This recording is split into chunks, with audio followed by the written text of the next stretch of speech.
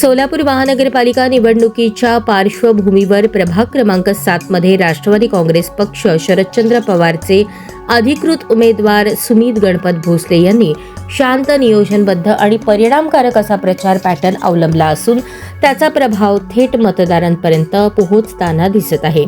गाजावाजा टाळत थेट संवादावर भर देणाऱ्या या प्रचार पद्धतीमुळे राजकीय वर्तुळात चर्चेला उधाण आले असून विरोधकही चकित झाल्याचे चित्र आहे. जय सद्गुरू म्हणत आणि एकदा संधी द्या, एकदा आशीर्वाद द्या या साध्या पण प्रभावी शब्दात सुमित भोसले यांनी होम टू होम प्रचाराला गती दिली आहे.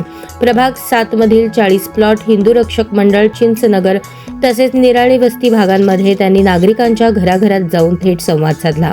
या प्रचारादरम्यान नागरिकांकडून उत्स्फूर्त प्रतिसाद, आपुलकीचे स्वागत आणि विश्वासाची भावना अनुभवायला मिळाली.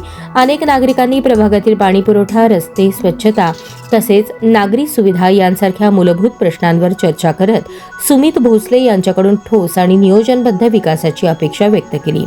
या शांत पण ठाम प्रचार पद्धतीमुळे प्रभागात राजकीय चर्चेला वेग आला असून कोणताही गाजावाजा न करता थेट मतदारांच्या मनात पोहोचण्याची सुमित भोसले यांची रणनीती प्रभावी ठरत असल्याचे चित्र आहे.